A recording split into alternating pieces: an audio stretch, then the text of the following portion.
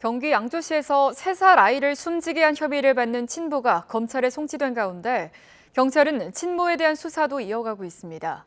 부부가 주고받은 메시지에선 학대가 수년 전부터 있었던 것으로 의심되는 정황도 나타나는데 경찰이 어떤 혐의를 적용할지 주목됩니다. 최승훈 기자가 보도합니다. 경기 양주시에서 3살 아이가 학대를 당한 것 같다는 병원 측 신고에 경찰은 지난 9일 20대 부부를 긴급 체포했습니다. 머리 수술을 받은 아이는 의식불명이 된 지 닷새 만에 결국 숨졌고 경찰은 친부에게 아동학대 치사 혐의를 적용해 구속 송치했습니다. 친모는 아이가 다친 다음 날 석방된 뒤 불구속 상태로 경찰 수사를 받아왔습니다. 두 사람을 공범 관계로 볼 수 있을 만큼 친모의 직접적인 공모 혐의가 드러나지는 않았기 때문입니다. 다만 두 사람이 주고받은 문자 메시지에서 아이에 대한 학대가 최소 2년 전부터 있었던 것으로 의심되는 정황이 포착됐습니다.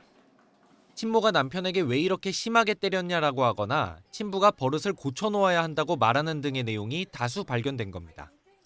경찰은 이 같은 증거 등을 토대로 친모에게 적용할 혐의를 검토하고 있습니다. 친부에게 치사 혐의가 적용된 이상 친모도 같은 혐의를 피하기는 어려울 거란 분석도 있지만 그 두 부부가 같은 공동생활을 하는 데에서 결코 이걸 한 명이 모르게 은밀하게 이루어지지는 않았을 거라고 보거든요. 친모가 학대에 직접 가담하지는 않고 보호 조치 없이 묵인해 왔다면 치사가 아닌 방조 혐의를 적용할 가능성도 거론됩니다.